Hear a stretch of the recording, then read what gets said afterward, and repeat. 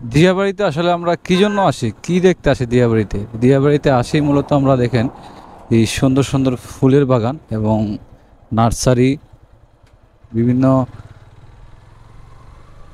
গাছের চারা এখানে দেখার জন্য এবং উপভোগ করার জন্য কিন্তু এই দিয়াবাড়িতে আসার মূল উদ্দেশ্য।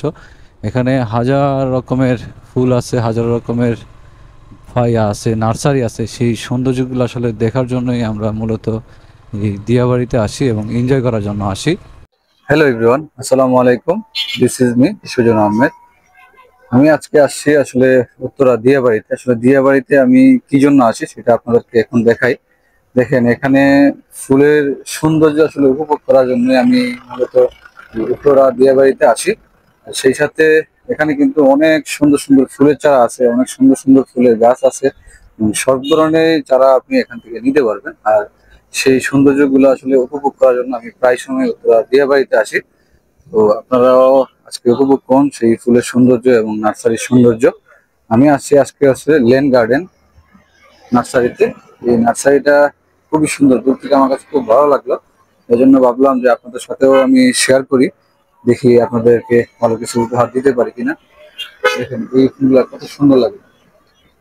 যে এই ফুলগুলার মতোই কিন্তু আসলে এখানে একটা আছে সাদা কালার, এটা তো আরো সুন্দর লাগে।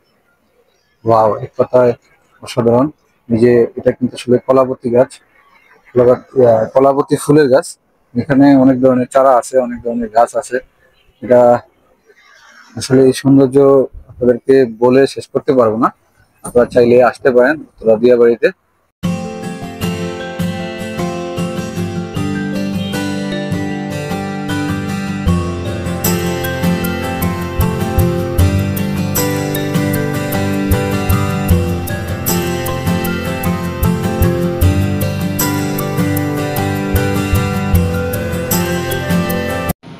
সব থেকে মজার ব্যাপার হলো এই বুট কাইকিং।